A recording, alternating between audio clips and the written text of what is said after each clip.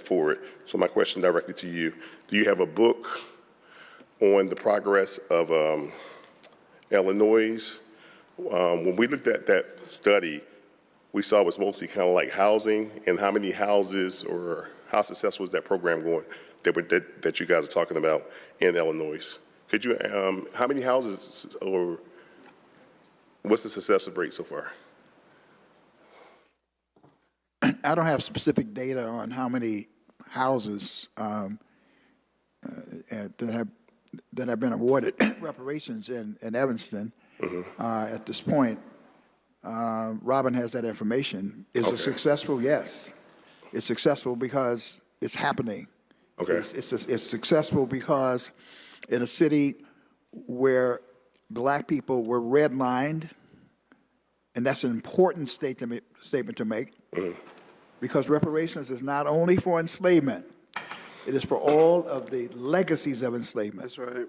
Including the Negro movement of the 21st century urban renewal, redlining, the war on drugs, all of those Jim things. Crow, we got it, yes, sir. And they affect all black people who live in those communities are affected by those things. So there are people who say, but it's small, it's only a certain amount. That's irrelevant. The question is not how big it is. The question is it reparations?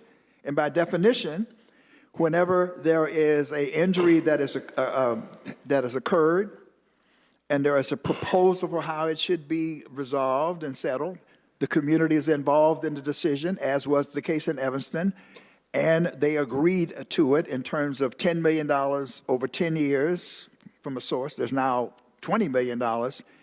Then the question is, the people agreed to it, it is small. But the fact that it's small doesn't mean it's not reparations. So that is a point that I really want to drive home. The size of it has nothing to do with whether it is or is not reparations. Okay, right? back to A drawing determined the first residents in Evanston to benefit from the city's reparations program. 867-396-349.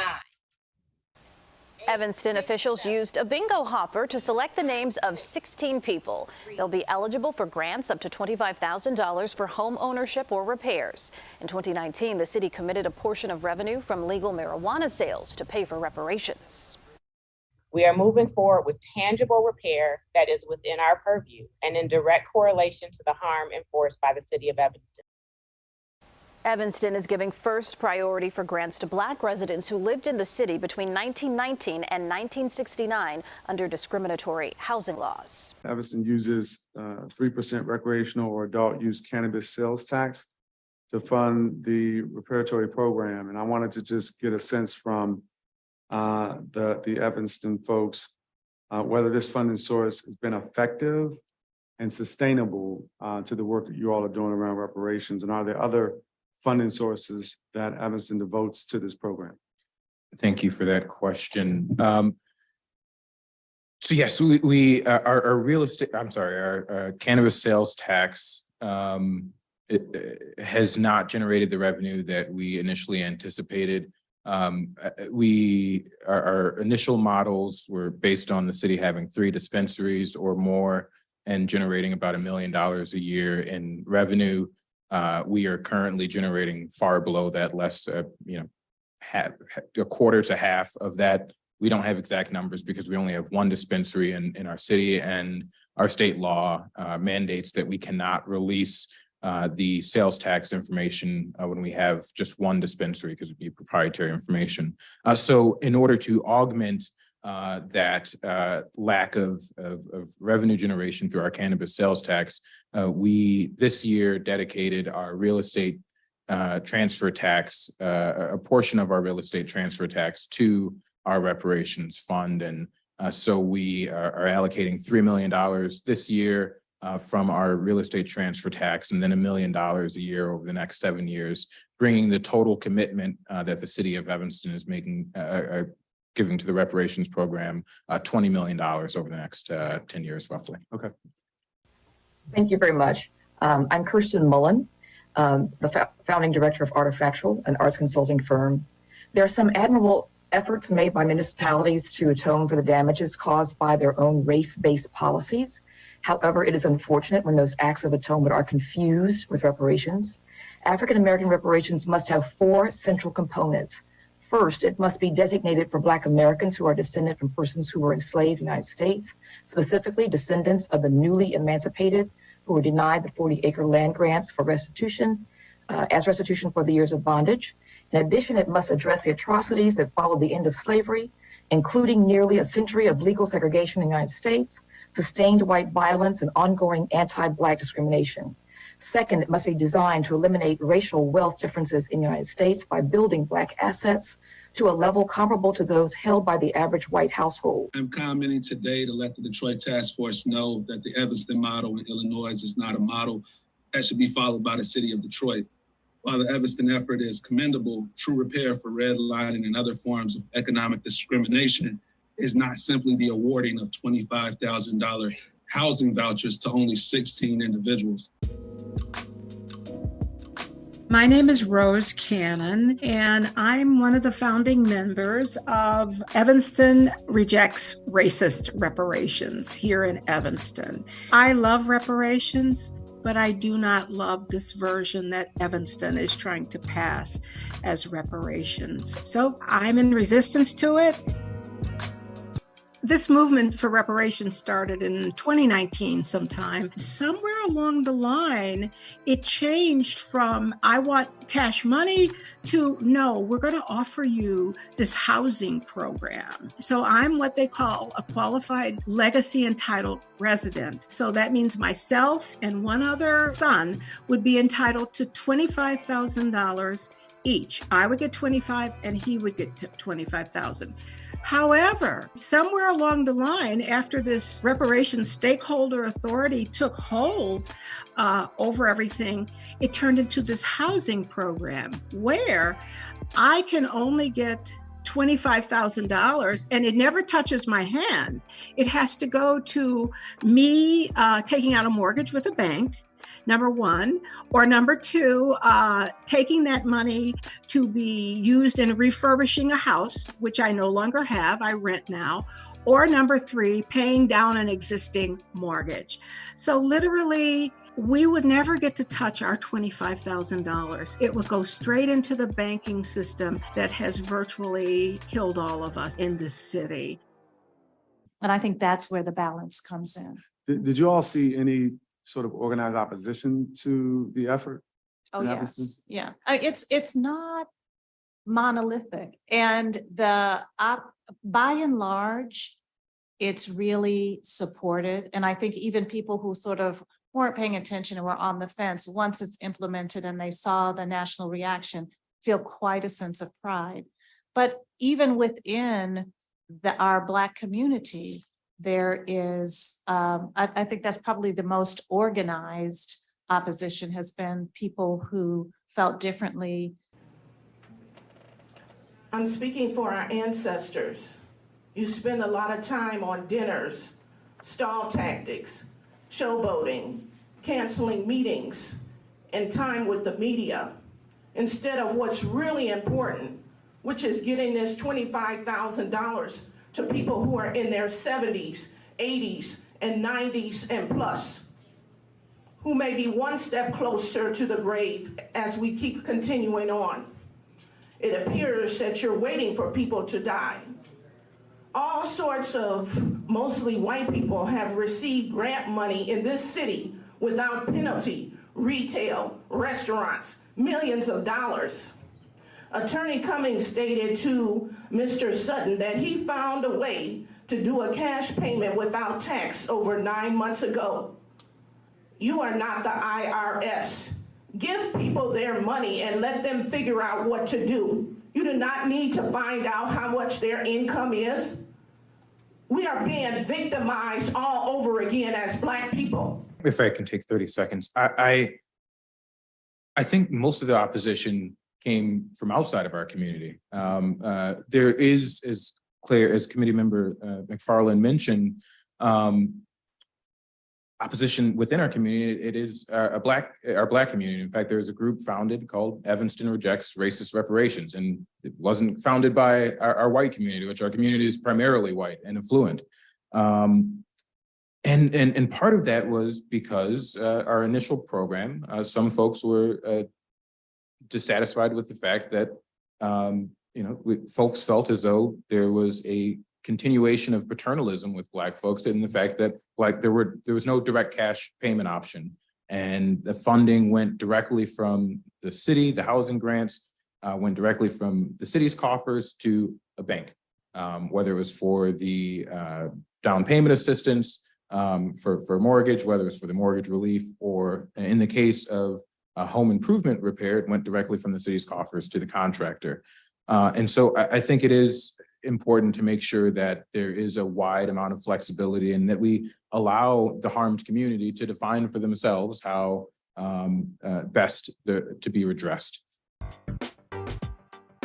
My name's Sebastian Knowles. I'm a former mayoral candidate here in Evanston. I've lived here my entire life, and I'm one of the founding members of Evanston Rejects Racist Reparations. Current reparations program isn't enough. From the conversations I had with residents, they expressed that they felt that this program wasn't inclusive enough, that their voices weren't being heard. If residents are not being listened to, that's a problem in and of itself, and we can't even begin to have those conversations about what reparations look like going forward. I know cash payments were originally discussed, and I know that's what a lot of residents wanted. Their reasoning for not wanting cash payments is because ultimately they would be taxed by the IRS. And I think that there are a varying amount of options that can be done to circumvent such an issue. But ultimately, whatever we do needs to be able to withstand legal scrutiny. You referred to your work earlier, council member, as being narrowly tailored. For any lawyers in the room, that's a phrase we frequently associate with government policies that are litigated. And so I want to give you just an opportunity, I think, to weigh in on the question that I asked to the California representative. Yes, thank you very much. And I was going to ask for the last word, but you really touched on the legal issue that I wanted to raise. But we in Evanston, in many ways, did make our program race neutral. And many other municipalities, or for example, Providence, Rhode Island, also is making their program race neutral. There is, if you will, a release valve that anyone who faced faced housing discrimination is eligible for our program as well. And that is one of the tenets, and same thing in Providence, Rhode Island. Now. A limitation of the proposal that's brought forward is that the funds are constrained to home ownership. Home ownership is only part of the deficit in assets held by Black Americans. Overall, primary residences constitute 24% of household net worth. Business interests, financial assets, and retirement accounts amount to 62%. The Evanston plan does very little about the equity gap in housing produced by segregation and redlining. Homes in neighborhoods with no Black residents are worth about $341,000, while homes nationally in neighborhoods with a majority Black residents are worth about $184,000.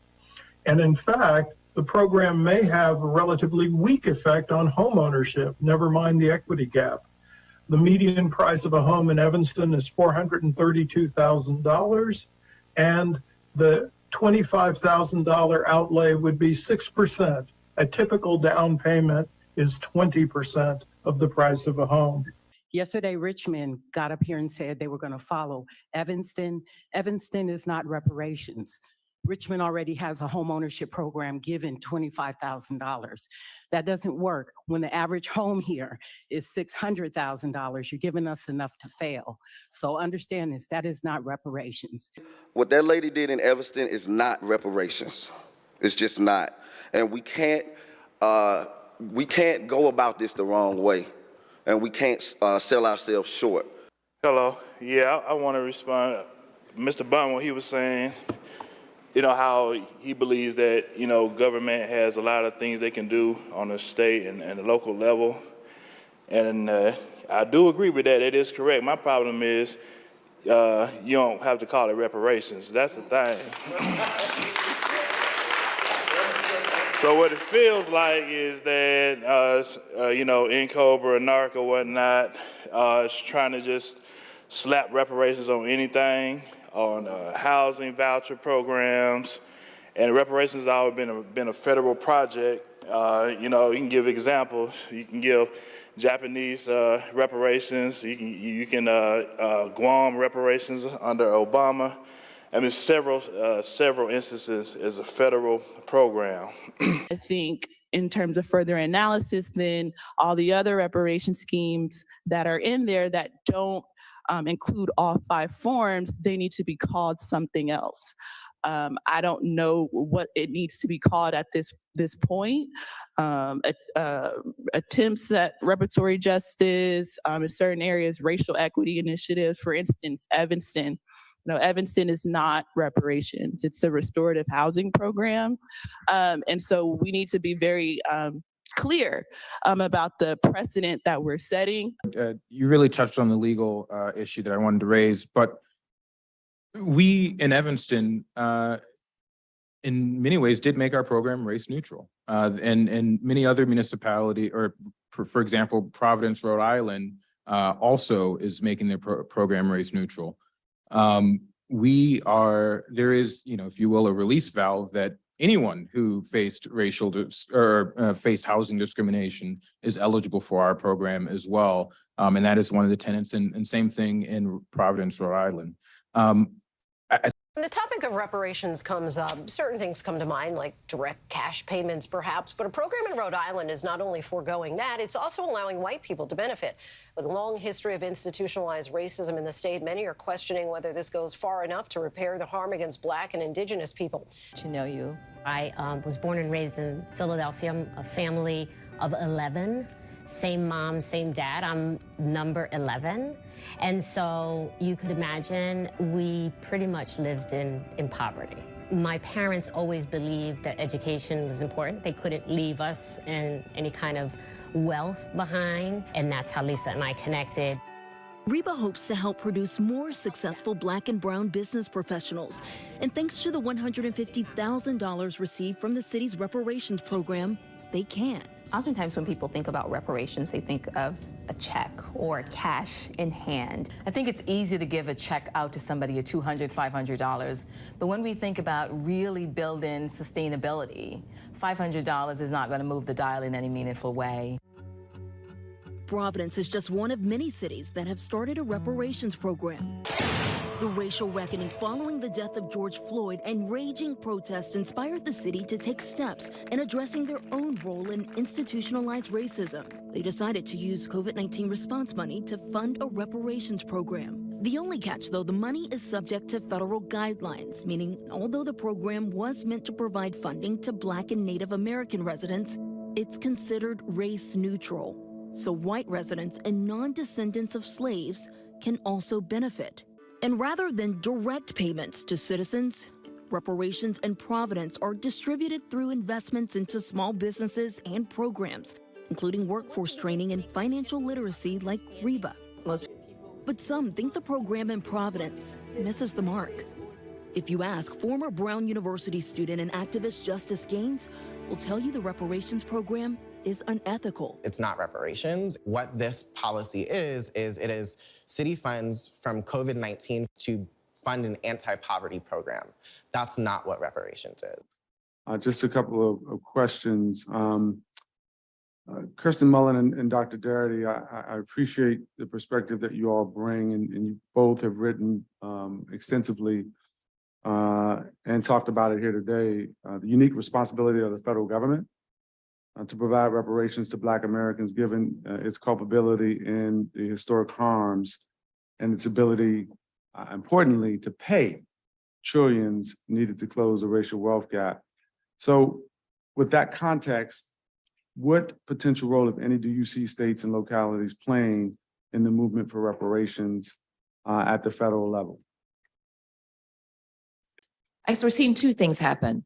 We're certainly not opposed to a both and strategy, but for us, the work of the states and the localities is something that should more properly be called racial equity initiatives and not reparations.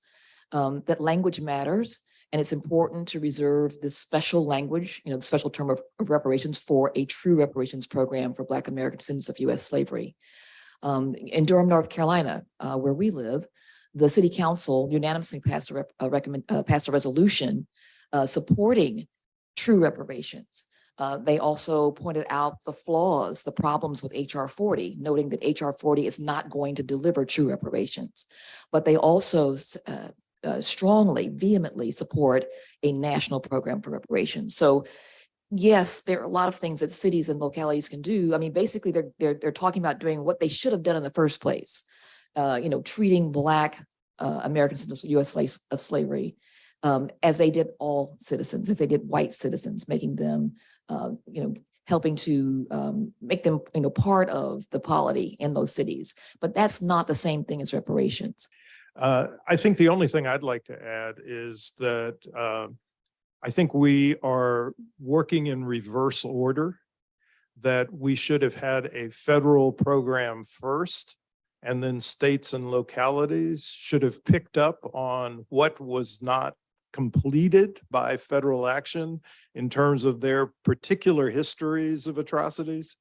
But that's not the way it's been gone about. But I think that the district has a very special opportunity because of its status as a under federal jurisdiction to really trigger or start the national program for reparations. And so that's why we're very enthusiastic about the prospect of the district inaugurating a reparations plan and calling it that.